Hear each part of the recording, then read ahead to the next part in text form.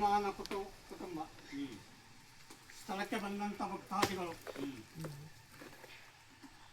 ಈ ಸ್ಥಳಭಾಗದಲ್ಲಿ ಇಲ್ಲಿಯ ಒಂದು ಸಾನ್ನಿಧ್ಯ ಅಂತ ಹೇಳುವಂಥದ್ದು ಸ್ವಲ್ಪ ದುಸ್ಥಿತಿಯಲ್ಲಿತ್ತಲ್ವ. ಹೌದು.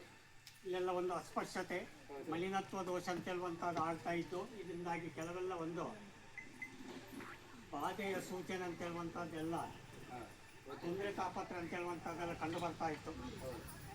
ಹಾಗೆ ಪ್ರತ್ಯಕ್ಷ ಪರೋಕ್ಷವಾಗಿ ಎಲ್ಲ ಒಂದು ಸರ್ಪ ಸಂಚಾರವು ಸಹ ಈ ಸ್ಥಳದಲ್ಲಿತ್ತು ಏನೋ.